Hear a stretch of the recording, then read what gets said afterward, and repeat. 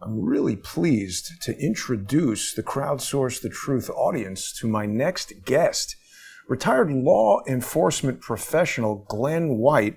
Glenn, welcome to the show. Thank you. Thanks for having me. I appreciate it. I really appreciate you joining us and speaking to us about this topic. You and I have barely spoken at all. We connected on Twitter, and people who are interested in following X.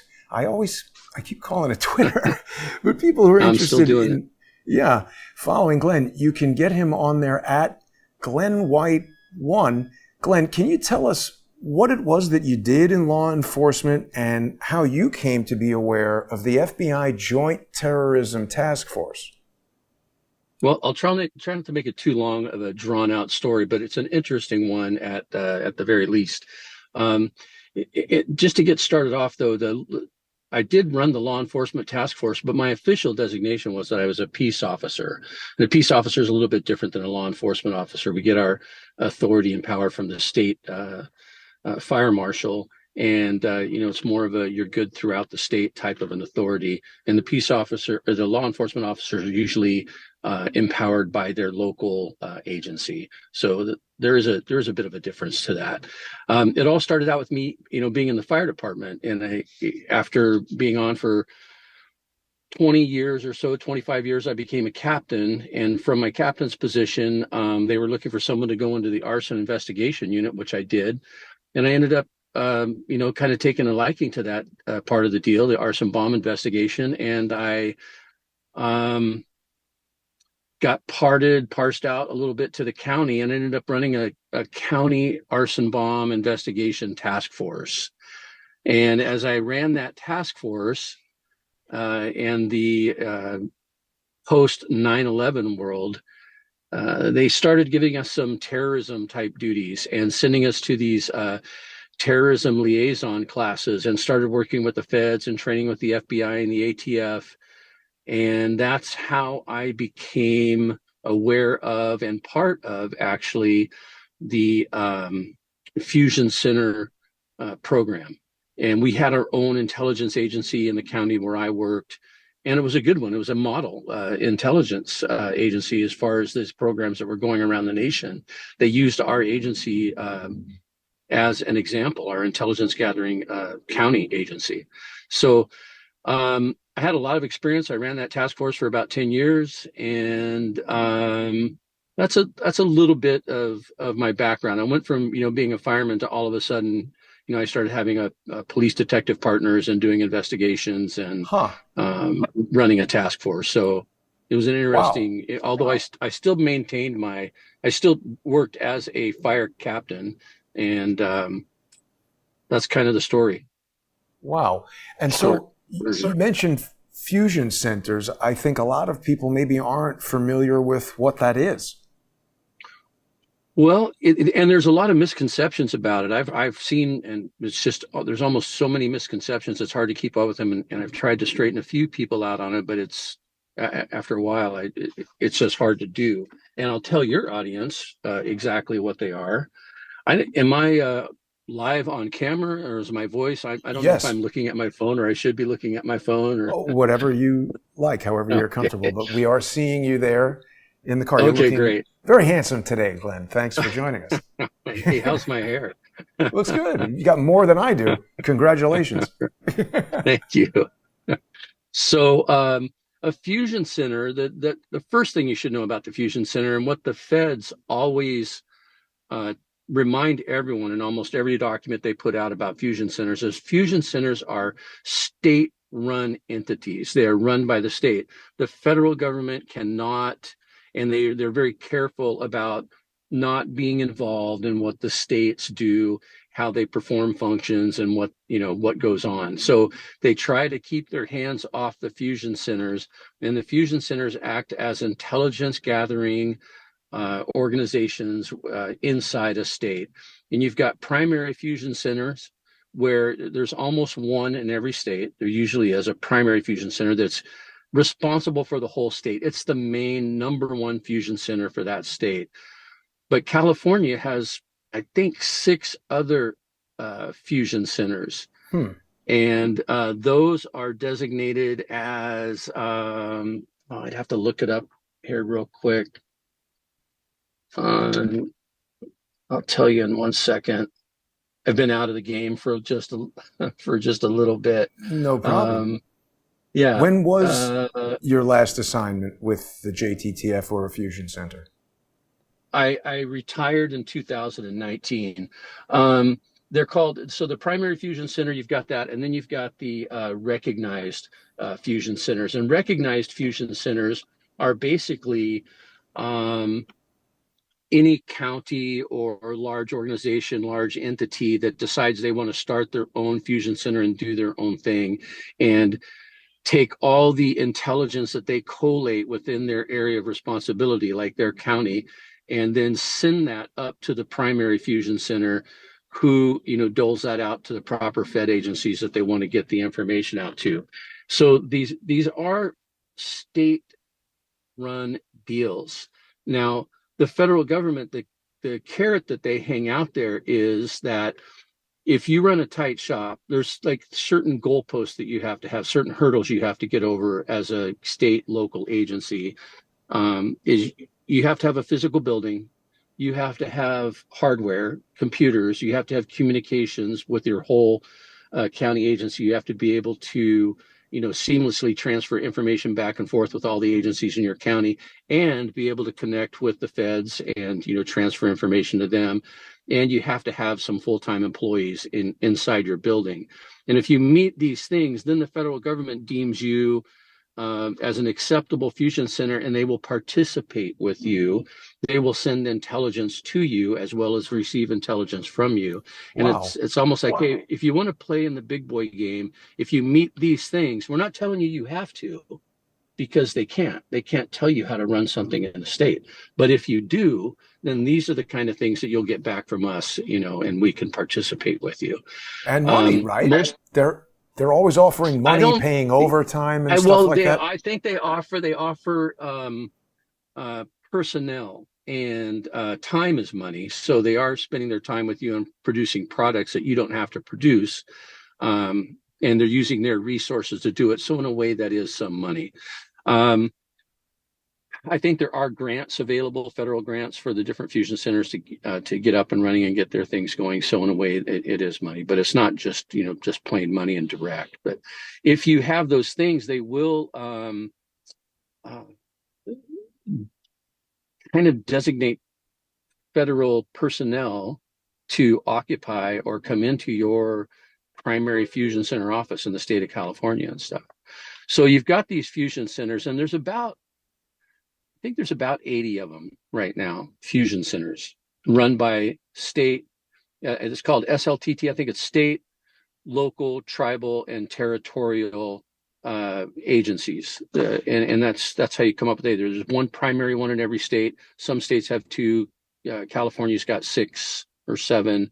And I was surprised New York only has one, just their primary one. But that's how they work. They have these field intelligence groups, the FBI does, and they will source some of those people in these, they call them FIGs, field intelligence groups. They will source some of these people into your fusion center, into the primary fusion center. And there may be 1 or 2 special agents in that group of people, but they're mostly data analysts, linguists, and intelligence analysts.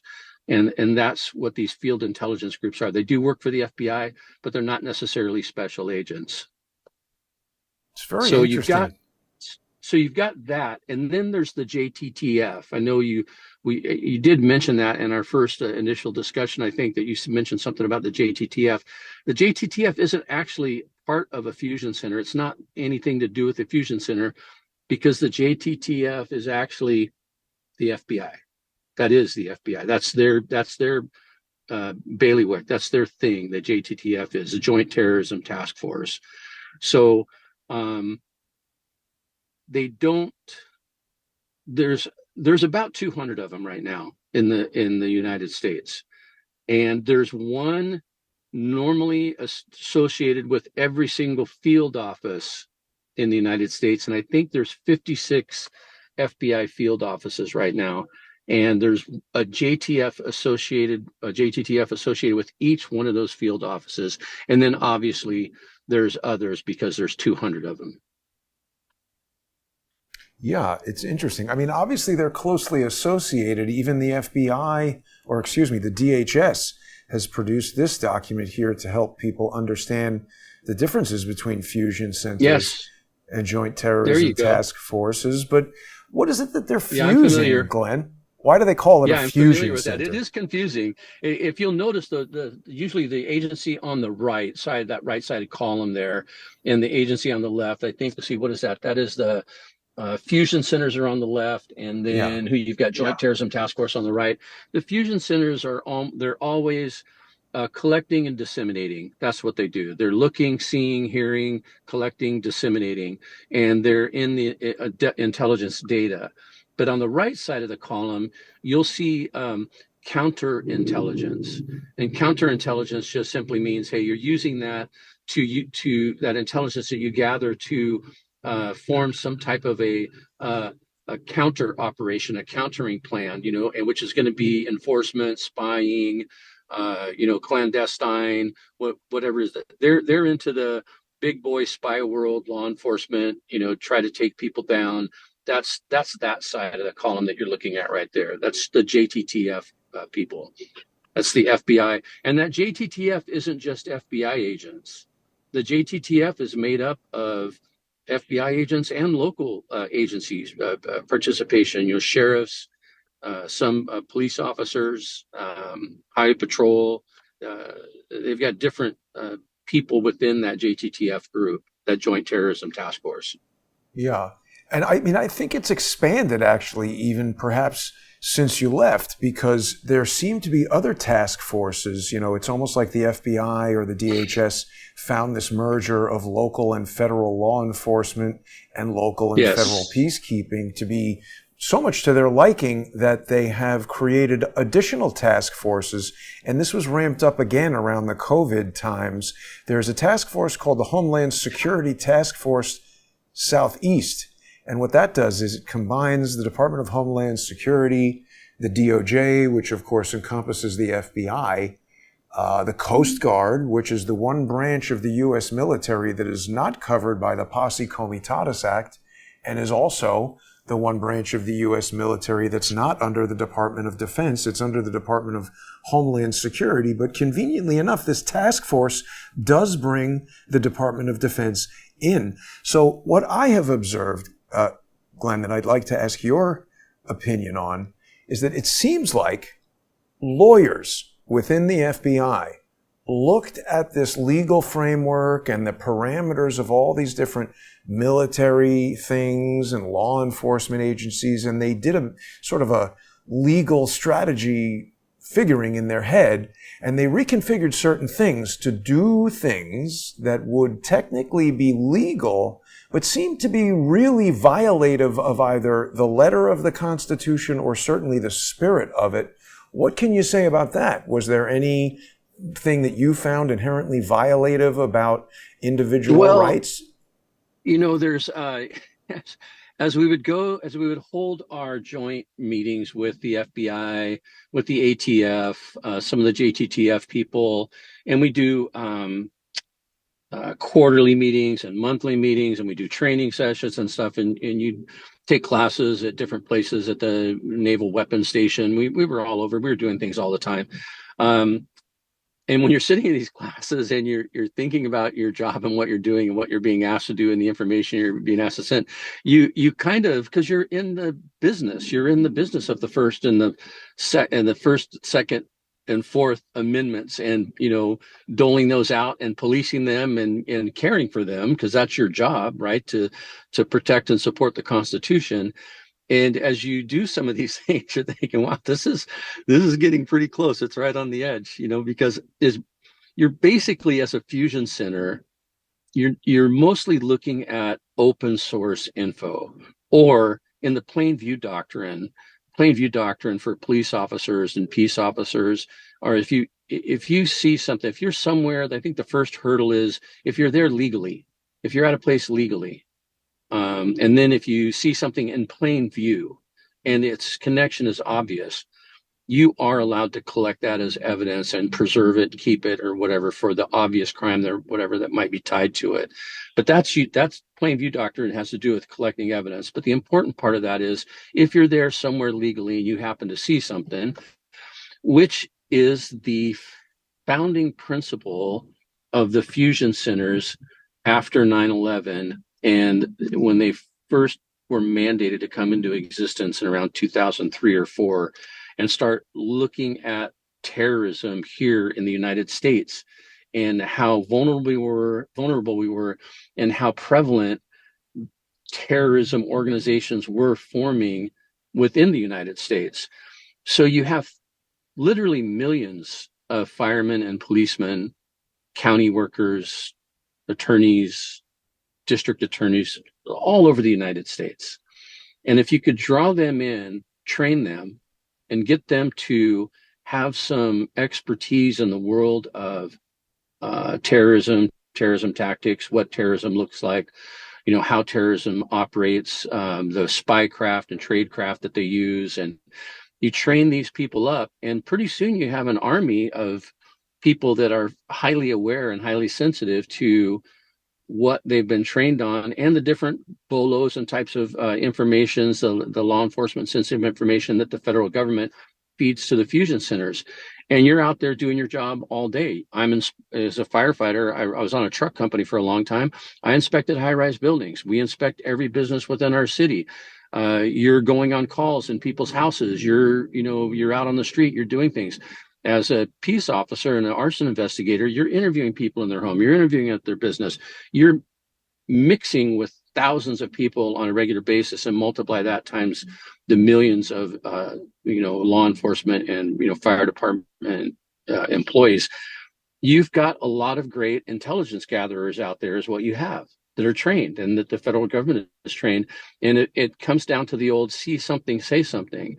And if you see something that, kind of raise those spidey senses for your terrorism training that you've been going through for the last few years, and you forward that information on to the Intelligence Assessment Center in the Fusion Center in your own area, they look at it, they analyze it, they decide if it is actionable or worth, they call it nominating. If they nominate that piece of information that you've sent, they send it on forward to the main Fusion Center. And then at that place, the JTTF, the analysts for the FBI and the Fusion Center people at the main Fusion Center pick it apart, look at it, and decide if it is actionable, if they want to do any more, further research into it. That's the basic founding principle and the reason behind the Fusion Centers. But you are, at the raw meat of it, you are gathering some type of info on U.S. citizens and then passing that info on, to a law enforcement agency. But it is open source. It's not anything that that you need a warrant to get. But is that always the case, though, Glenn? I think the controversy arises that they're not always using open source stuff. Sometimes, particularly under FBI General Counsel Valerie Caproni, they were using something called national security letters to open investigations into people that they really did not have a substantial basis to do that for. And it seems like, everything that you've just said sounds good. Everybody wants responsible investigators. It always sounds good. At the beginning, it always sounds good. Right. We want responsible inspectors, arson inspectors, investigators. It makes sense that if the fire department discovers something about a crime, we want some mechanism for you to be able to share it with law enforcement, whether it's the cops, the FBI, whatever. But the problem is, it seems like, as you said, you're chuckling and everything, obviously, because this is hindsight, but here's an article from the ACLU asking what's wrong with fusion centers, and there's a whole big PDF report. It's talking about this new institution emerging in American life, the fusion centers. These state, local, and regional institutions were originally created to improve the sharing of anti-terrorism intelligence among different state, local, and federal law enforcement agencies. though they developed independently and remain quite different from one another, for many, the scope of their mission has quickly expanded. And I think this is the problem, is the mission creep of something like this, because now we find ourselves in a political climate where if you say, hey, it really seems like Joe Biden is like brain dead and was sitting in his basement the whole time he was campaigning, and I think he cheated to win the election. Nobody ever realized that that could get you kicked off of the internet, potentially destroy your livelihood. I mean, when I grew up, 70s, 80s, 90s, you could say whatever you wanted as long as you weren't threatening anyone or, engaging in civil torts and things like that. So this is quite a departure. What can you say about things that you saw in fusion centers that maybe you objected to? Well, I'll take you just down a little bit of a road. I mean, if it's a free flow interview and we have time, and I think this is an interesting point. Around 2010, John Brennan from the CIA received an email from a Muslim organization with the backing and signatures of almost 80 different Islamic activists and organizations within the United States, one of them being CARE, who seems to carry a lot of weight these days inside our government. So he receives this letter that says, hey, we think that the training materials that you're putting out with your JTTF people and disseminating to your fusion centers across America is focusing too much on Islam. And you're focusing too much on Muslim people and the Middle East, and it's giving us a bad name. And we don't like being investigated, and we think that you've gone way overboard here, and these are all our reasons. And Brennan took that letter and answered it back almost immediately, saying, hey, I'm going to get to the bottom of this, and we'll handle it, and we'll take care of it. Went straight to the White House, into the Oval. And from that point forward, it quickly, and I mean quickly, changed the whole world of the Fusion Center, the JTTF, and terrorism, collating and gathering of information across the nation. They took every book, they took every piece of training material that ever had anything about radical Islam, how they work, how they function, the attacks that they'd made. Like when you go through these courses and you take these classes as becoming part of this terrorism liaison group, you start all the way back at learning about Islam and the difference between the Sunni and the Shia, and how the Wahhabism came back to life in the 1400 years ago, and what the differences are and the arguments between the groups, and what their belief system is, and why they believe so strongly in what they do, and what they're willing to do to support their beliefs. And it's really a pretty in-depth journey as you go through it. And so they erased all of that. It was gone. And the guy that ran the National Joint Terrorism Task Force and the National Fusion Center, that guy, who was a great agent and been with them for forever and very well respected, he was fired immediately. Boom, he was gone. And they reproduced all the training materials. And from that point forward, it began to be homegrown domestic terrorists, white nationalism, Bibles and guns, and the clingers clinging to your religion and clinging to your conservative beliefs. And now you've seen it go all the way to where you can't go to a school board meeting and say something. So you're exactly right. What has happened is they've turned the table, and now Christopher Wray has been able to label people that maybe haven't done anything terror related as official definition of terror, but he's been able to label them as a domestic terrorist. And once that label gets issued, and once you fall under what they believe that label means, then you're in the crosshairs, and then it's free game. So that's what's happened. That's how it went from what you were talking about to now all of a sudden you can't have a meme, or you can't have this, or you can't have that, is because that whole focus changed in 2010 and 11 with Obama. And that's when the real weaponization of the federal government started happening. The whole fusion center thing was put together by Mueller, which was Uh-huh. interesting. And that, when that whole thing started, that's who developed it, and that's who. And it's almost like those same people were the ones that put together the FISA warrants. There's the ones that put together the Foreign Intelligence Service, the Foreign Intelligence Surveillance Act, and the FISAs. It's the same. Why do you people. say it's almost like that? What insight? Yeah, and that started out that? as a good idea. But Correct? why did you say that? Out as a good idea. Glenn, what makes you think it's the same people? Well, because it's because it's Mueller and those guys, and the same people. The intelligence community are the ones that want to be able to have access. They want power. When that power is available,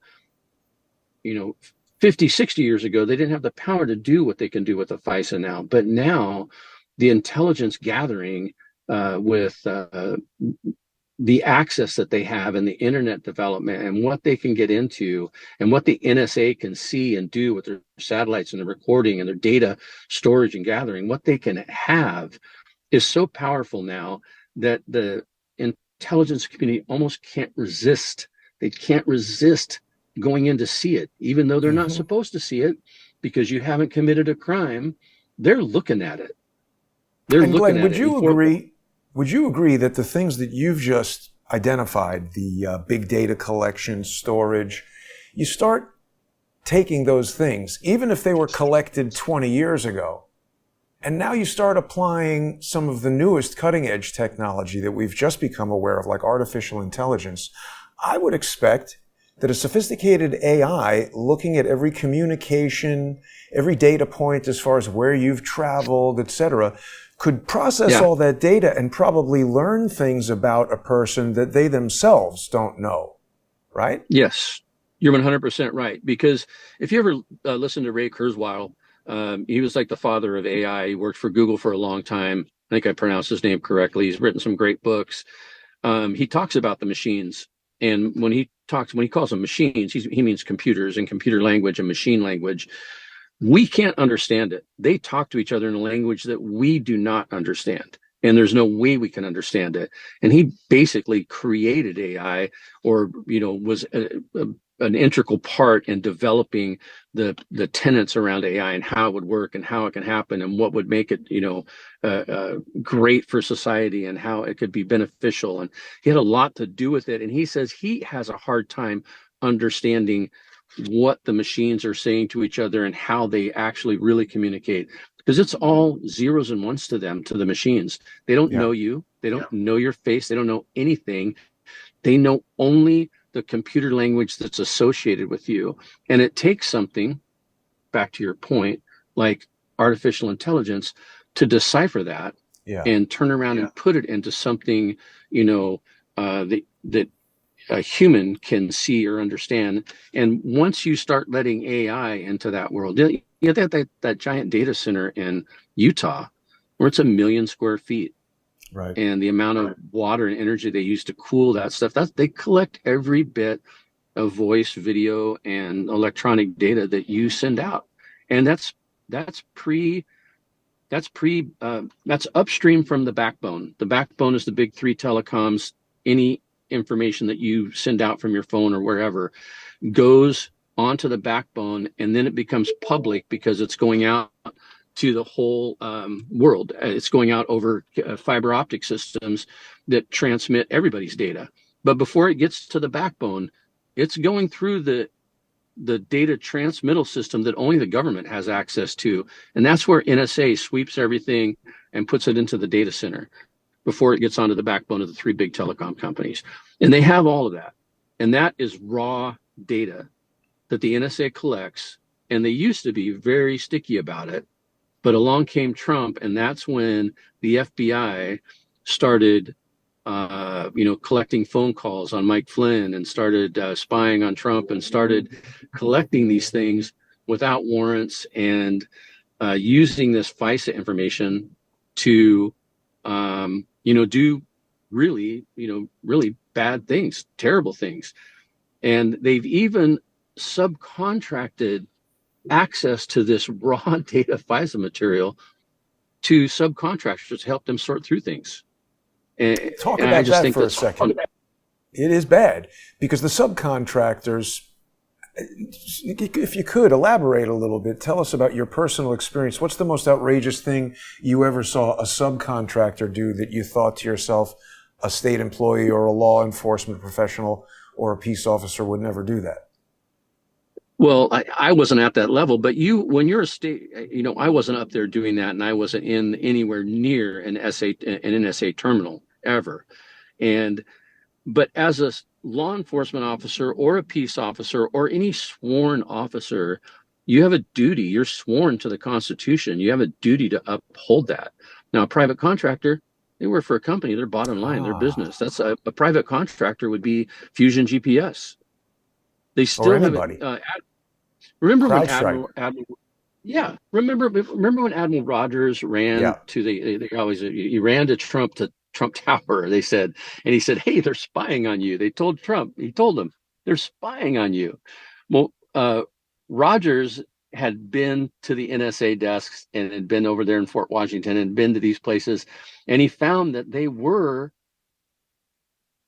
being willy-nilly with this raw data on American citizens. And these, they call them about queries. They were doing about queries and upstream searches on American citizens without a crime being committed.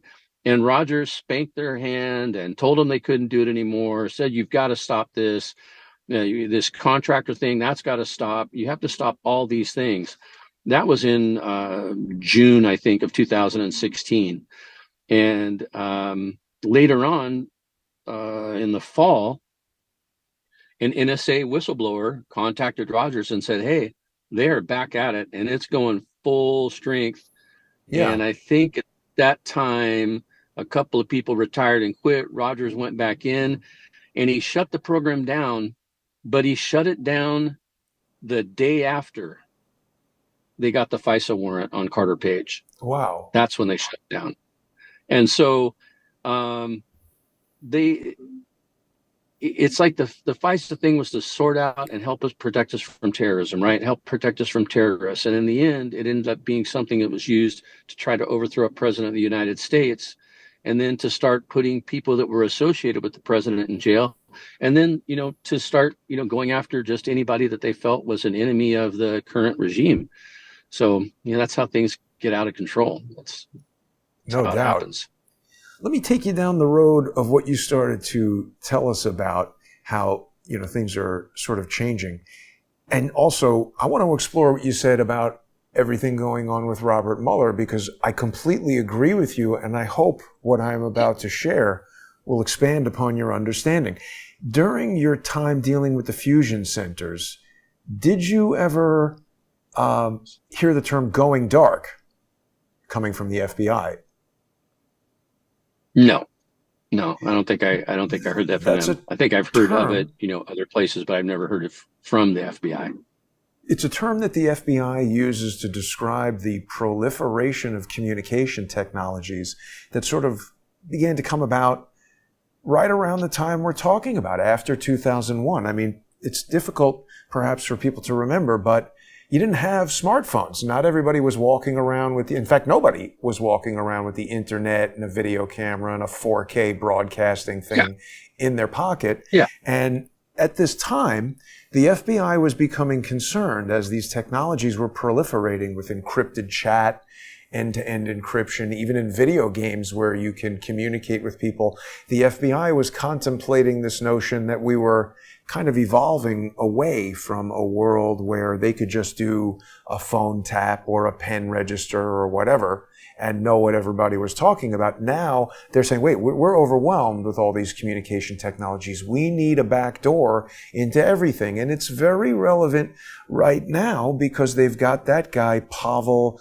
Durov, arrested in France, saying, oh, he's created this encrypted communications platform, and so we want to arrest him.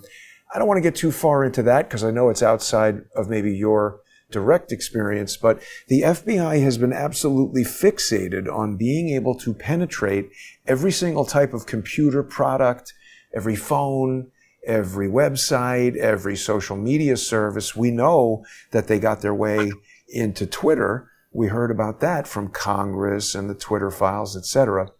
Did you ever interact with an FBI general counsel attorney named Valerie Caproni? No, like what was she was like up in the Northwest, right? Yeah, she was the general counsel at the FBI. The only reason I ask is that she was super duper involved in promoting these fusion centers and the JTTF. And there's been so much pushback over the years. It's kind of crazy. We had this article, where is it? It's so hard to find this damn thing. Valerie Caproni, while she was the FBI general counsel, she traveled to Portland, Oregon, and had a meeting with the city council trying to convince them that they've got to get back into the JTTF.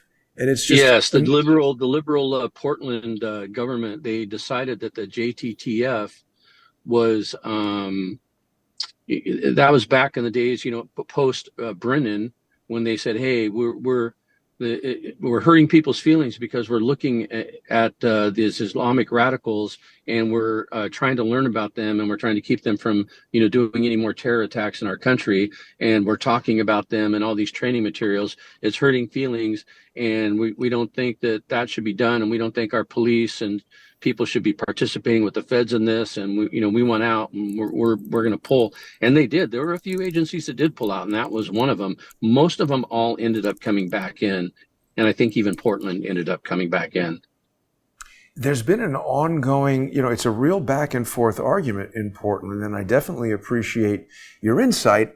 I would slightly disagree because the things that I've read in terms of the objections from the Portland City Council and the police department were that they were specifically compelling officers to do things that were violative of the Constitution and sounded really very similar to a lot of the things that Valerie Caproni was doing. In other words, she came up with this notion that she could just invent these exigent letters, and instead of conducting an investigation and gathering evidence and going to an Article 3 judge and getting a warrant,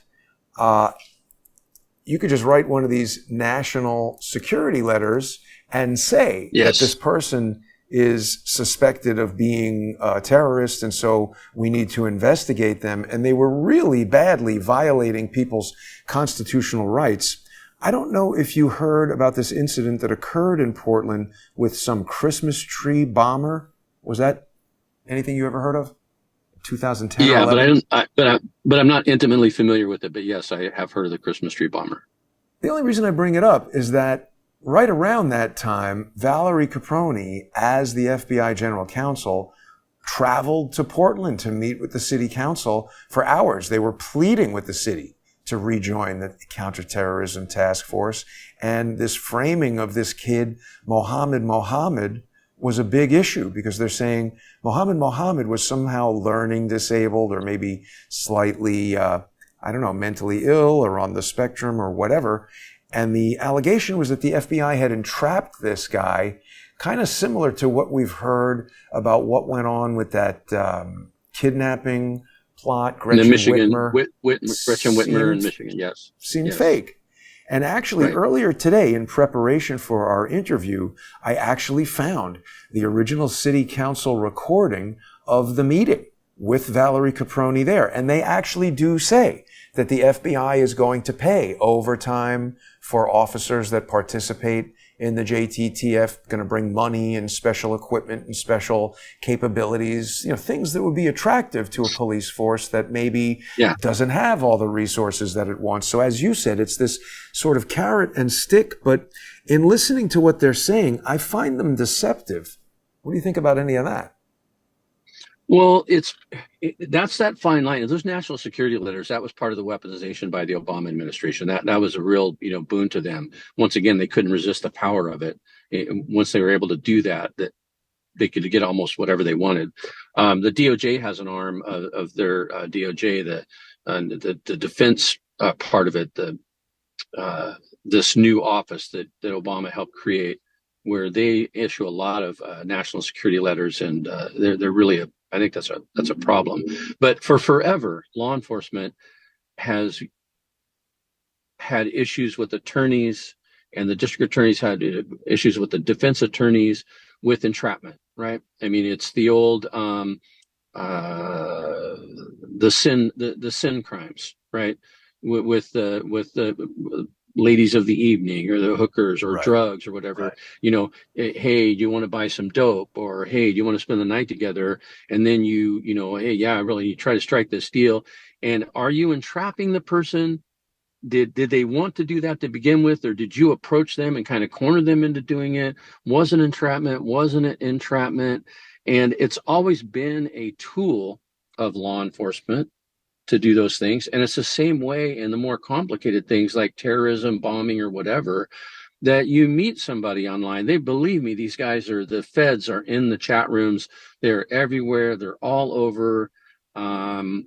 We used to have a presence on some of the social media platforms. You know, you're not supposed to. It was, you know, you get on there with an alternate ID, and then you try to get close to somebody that you wanted to just know a little bit more about because they had committed a crime and there was an active investigation going on. You're trying to, you know, gather whatever you can gather from open source.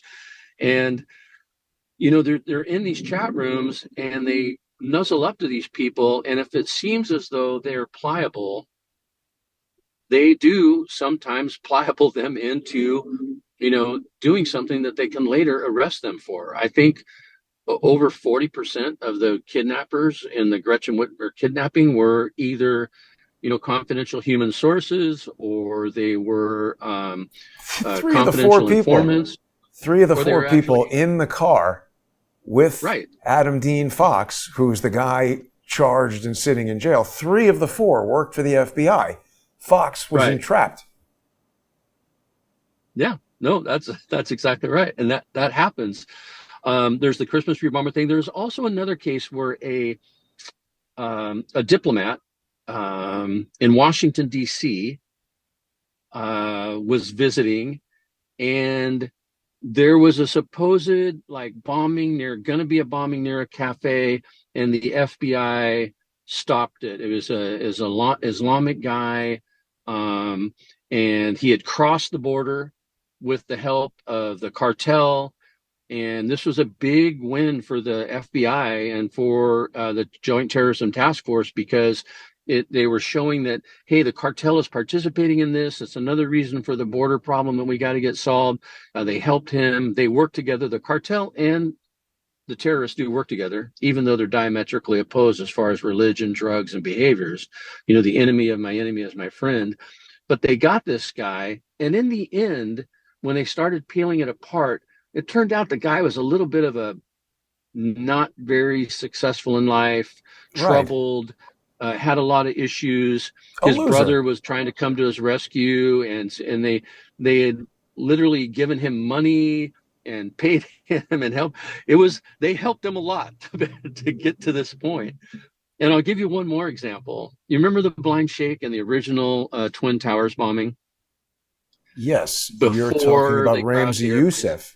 Yeah. Many, way before the Twin Tower, way before 9/11. 1993, Ramzi Youssef with a van.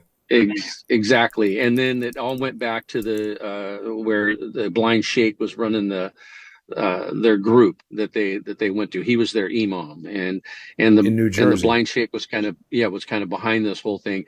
And they put a van in the bottom of one of the Twin Tower buildings, 4 stories down, in a superstructure concrete parking lot, and then they blew that thing up, right? Yeah. Well, that bomb that was made originally, the way that the people within the Blind Sheikh circle, the way that they learned to make the bomb. And this is out there in open source. Everybody can look it up and read about it.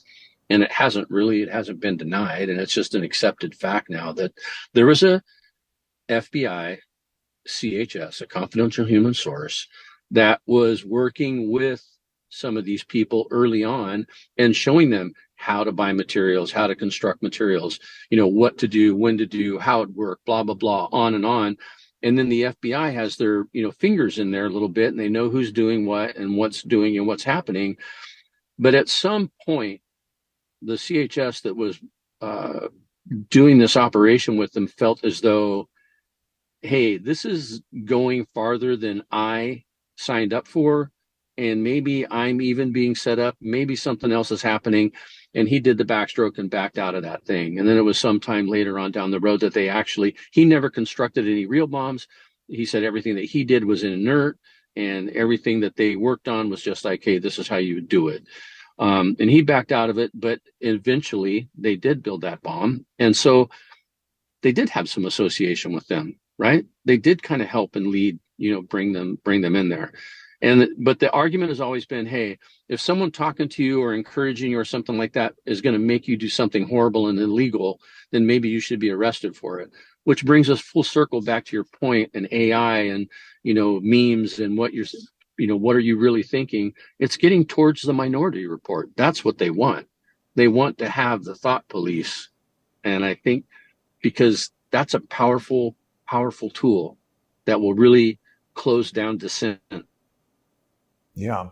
There's so many things that we could talk about with all of this. And the funny thing is, when you're bringing up these important points, it all comes back to Valerie Caproni, Robert Mueller, and the Eastern District of New York U.S. Attorney's Office. Did you ever hear, in connection with Ramzi Youssef, about an FBI agent named Lindley DeVecchio, who was ultimately charged with murder as an accomplice to murders that were carried out by Gregory Scarpa and other New York organized crime figures? But Valerie Caproni was the prosecutor in this matter, and I don't know this for sure, but I get a sense that Lindley DeVecchio was set up, and ultimately the charges were dropped, but this guy spent like over a decade, and I'm sure all of his money, fighting this. And that is the way Valerie Caproni rolls. They entrap people, and they, just like what you just said, get some FBI agent to do something that later, if that guy goes sideways, they can charge him,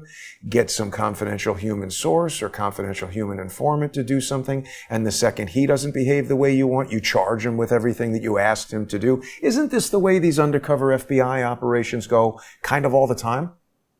Yeah, FBI and police, and that's the way it goes. And they usually deal with dicey people that have a history, people that have a past, and because then they have a cudgel. They've got a little something that they could hold over them, and if they do step out of line, that's what happens. They've done it with child porn. They've done, or online stuff. They've done it. They get people into that compromising position, and then they can kind of function as they want. It's not a mystery, and I'm not revealing any secrets.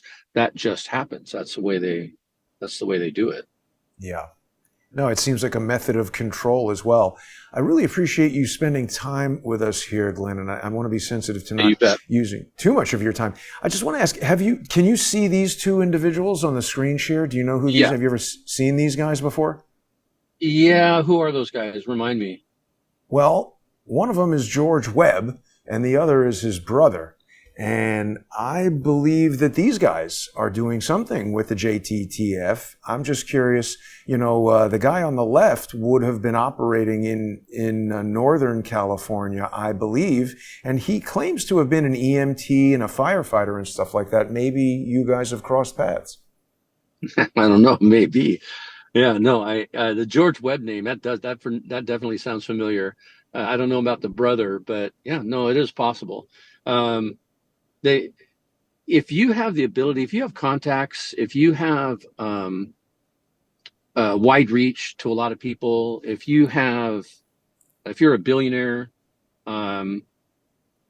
the feds at some point, whether it's the intelligence community guys, the CIA, or the FBI, they're going to visit you. They're going to talk to you. Hey, that trip you took to Europe, who did you bump into? That happens all the time. They're just, hey, we'd like to talk to you for a few minutes. Nothing bad. They just want to know. And then if you're a personable person and you're willing and you're open, they go, hey, if you go back, maybe you could give us a ring and let us know something. And that happens with people all the time. And they're not agents, they're not anything, but they're quasi providing, you know, and in their belief, and sometimes in real life, they're helping their country. And that's the way they look at it. Yeah, I'll contact you as soon as I get back and let you know who I talked to and let you know what I've been up to and who I've been, associating with. Yeah, and that could be what that guy's up to. Hey, if you get a chance, when we're talking about Robert Mueller, everybody should take a moment to Google, look up YouTube, a term with Mueller's name attached to it, parallel construction. And it's an interesting tactic that they've started using with their new ability to have so much information on people that's non-warrant, non-search warrant information they can glean from the NSA terminals. And what they do is they use that information and work it that isn't available to anybody else in a way that they can hopefully come up with a crime. So the crime's not there yet. They want to investigate the guy for a crime, and they're looking at him for a crime. But at the same time, in the parallel, in the background, they're doing this national security letters, NSA, listening to phone calls and things like that. And they're parallel constructing a case in two different arenas. The criminal arena, which they can't really do yet because they just don't have enough to push it across the line. But in the counterintelligence world, the FBI counterintelligence division, they're the worst police officers in the world. The FBI agents laugh at them. The guys in the counterintelligence division, they're not good at the Fourth Amendment. They're not good at protecting constitutional rights. They do whatever they want, and they don't need to pay attention to Fourth Amendment laws and rules. They think that's cool and funny, don't they? Cool. Violating people's rights. Because they're looking into counterintelligence, they're looking into foreign assets coming in to try to destroy America. So they're not hindered by that. And it makes their work really sloppy. If you look at Peter Strzok's, they call it an EC, it's an electronic communication. It's what he wrote to open up the investigation on General Flynn. And his EC to open up the investigation, we've written warrants and stuff before. You got to be specific. I mean, you got to really have it tight, or it'll get kicked back to you from the DA. A judge will throw it out. He won't want to issue the warrant. He'll make you do it over again. I mean, you got to be right on the money to do it. But Peter Strzok's EC to start Crossfire Razor on General Flynn was, I'm just, kind of saying it off the top of my head, but I'm pretty close. It was, he's been to Russia. He knows some Russians. He's on the Trump team, and Trump possibly could be associating with Vladimir Putin for, nefarious purposes. And he was seen at dinner with a Russian. And from that. Yeah, they opened an investigation. Right. They opened up one of the investigation using the most powerful tools in the world, but used by the most powerful intelligence agency in the world to peel this guy apart secretly behind his back and not knowing it without a warrant. And that was troubling. That's what's going on. That's the depth and the level of the weaponization. Yeah.